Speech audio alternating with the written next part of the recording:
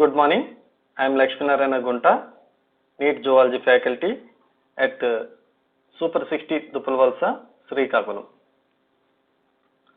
In our previous session, we have discussed the phylum Porifera, Cnidaria and Ctenophora.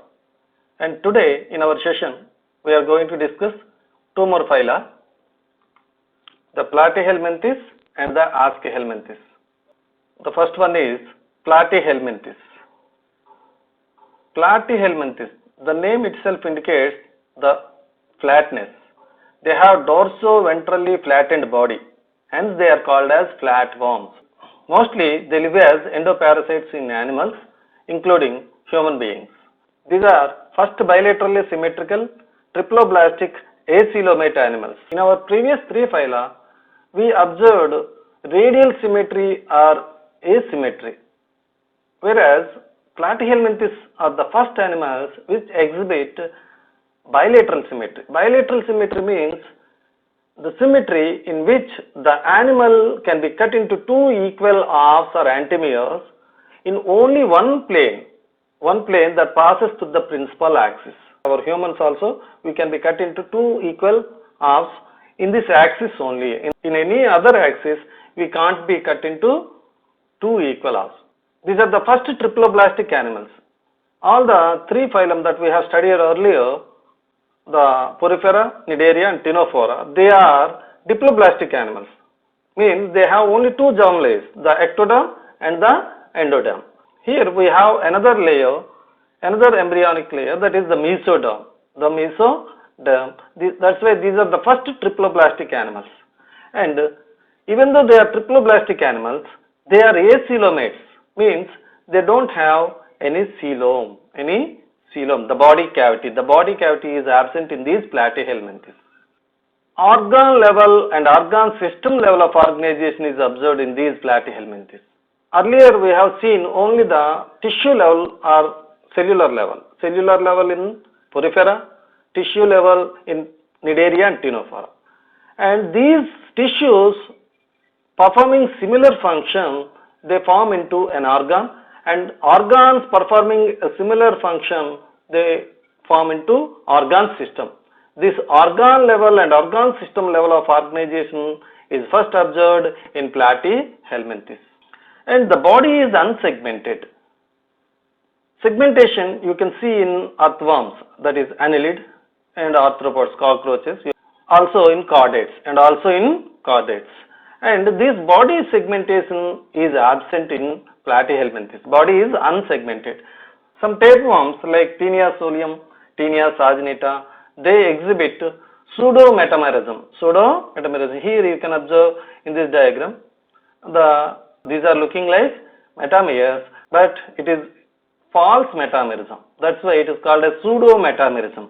And in parasitic Platyhelminthes or flatworms, hooks and suckers are observed. Here you can observe the hooks and suckers. These are hooks, suckers. These hooks and suckers are observed in parasitic forms, and digestive system, if present, is incomplete type of digestive system is observed in flatworms. That is called as incomplete gut. Means generally the alimentary canal, it starts with mouth and ends with anus. But here in Platyhelminthes or flatworms, only single opening is present, mouth is present, anus is absent. That's why it is called as incomplete gut. Incomplete digestive system is observed. And specialized excretory cells called as flame cells are observed in flatworms. Sexes are not separate in flatworms.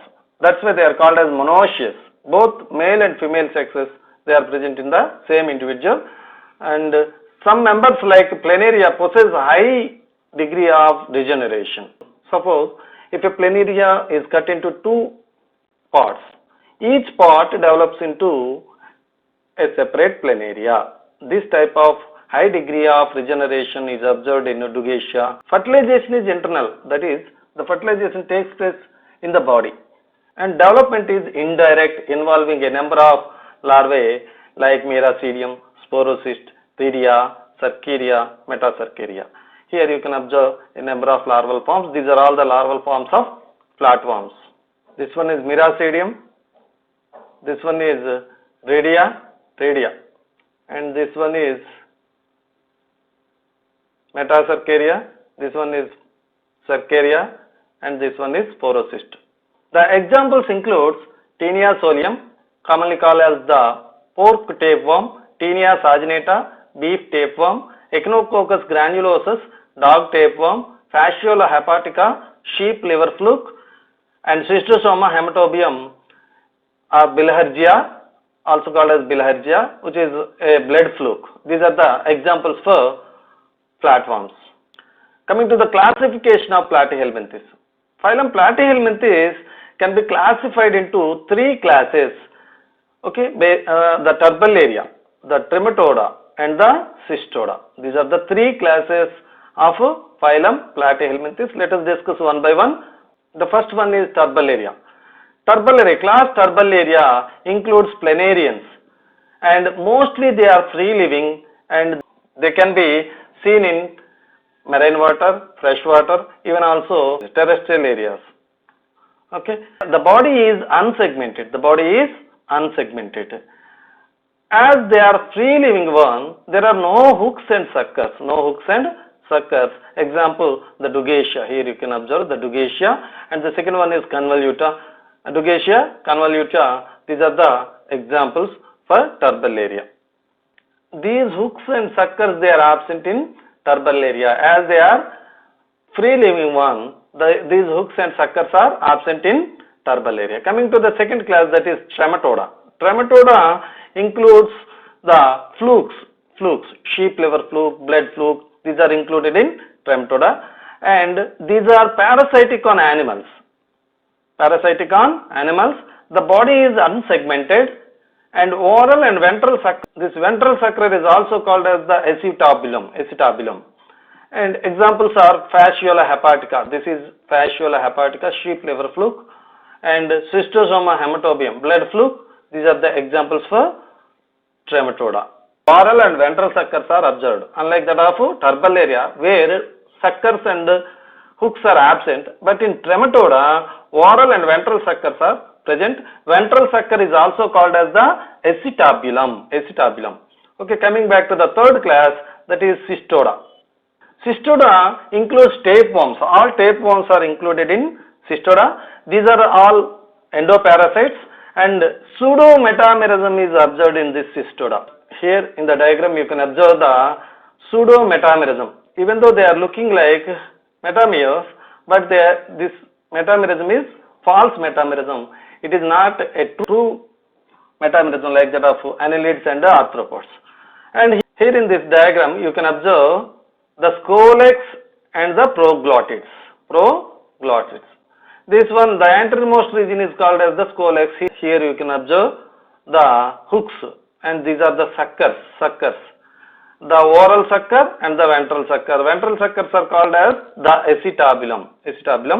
And scolex bears hooks and suckers.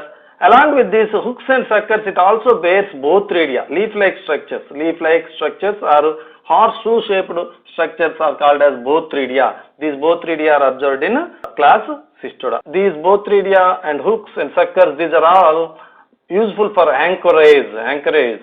As they are endoparasites, they need anchorage.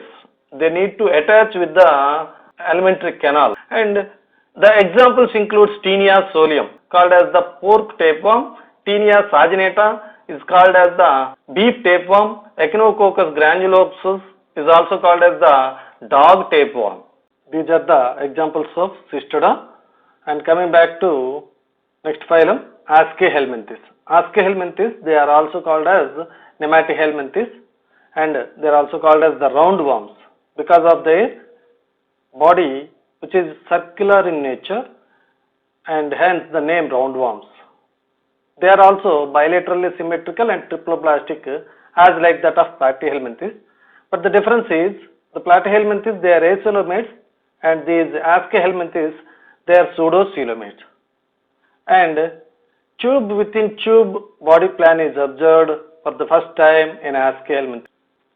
In order to protect themselves from the enzymatic action of the host, their body is covered by transparent, tough and protective cuticle which is made up of a collagenous protein, and they have complete alimentary canal. Unlike that of Platyhelminthes, those have incomplete gut or incomplete alimentary canal. These Aschelminthes, they have complete alimentary canal, and for the process of excretion they have specialized cells, H-shaped cells, H-shaped renitic glands are there, H-shaped renitic glands for excretion, and they have specialized structures called as amphids and phasmids. These amphids, they are cuticular depressions around the oral region performing chemoreceptor function, whereas the phasmids, they are present on the posterior portion and they are the glandulosensory structures. Okay, A for anterior. Remember that A means anterior side, P means posterior side. Amphids, they are present on the anterior region, phasmids, they are present on the posterior region. Amphids are chemoreceptor in function, phasmids are glandulosensory structures. Okay, next the sexes are separate. Unlike that of Platyhelminthes, here in Aschelminthes or Nematohelminthes, the sexes are separate. That's why these are called as dioecious. And sexual dimorphism is also seen. Means males and females, they are clearly demarcated. Generally the males, they are shorter than the females, and the females, they are longer and larger. The males, they have a curved posterior end, whereas females, they have a straight posterior end. Fertilization is internal within the body, and mostly they are oviparous. The examples are Ascaris lumbricoides. Some are ovoviviparous, like Eukarya bancroft. Ovoviviparity is a mode of reproduction in animals in which the embryos that develop inside the eggs, they remain in the mother's body until they are ready to hatch. This way, the Eukarya bancroft, they are ovoviviparous, and development may be direct or indirect. Coming to the classification of Aschelminthes, the Aschelminthes phylum is classified into two classes based on the presence or absence of the phasmids. Based on the presence or absence of the phasmids. If the phasmids, they are absent, they are included in the class Aphasmidia, and if the phasmids are present, they are included in Phasmidia. Aphasmidia. Aphasmids, A means no. Phasmids, they are not having any phasmids. The nematodes without phasmids are included in the class Aphasmidia. As the phasmids are absent, amphids are highly modified and the phasmids are absent. Examples for these Aphasmidia includes Trichinella, Trichina worm, this is Trichina worm, and Trichiurus lepturus, the whipworm. These are the examples for Aphasmidia. Coming back to the second class, Phasmidia. Phasmidia, as the name itself indicates, the presence of phasmids. As the phasmids are present, the amphids are simple, and the examples includes Ascaris lumbricoides. This is an Ascaris male and this is an Ascaris female. The male has coiled posterior end, whereas the female has straight posterior end. Females are longer and larger than the males. Coming back to second example, the Ankylostoma duodenale, hookworm. It is called as hookworm. And the next example is Enterobius vermicularis, called as the pinworm. Enterobius vermicularis. And Eukarya bancrofti. This Eukarya bancrofti is also called as filarial worm. It is having a blunt anterior end and pointed posterior end. This Eukarya is a major causative organism for this filariasis or elephantiasis. Okay, this finishes our Aschelminthes, and in our next session we are going to discuss the Annelida and Arthropoda. Thank you for watching.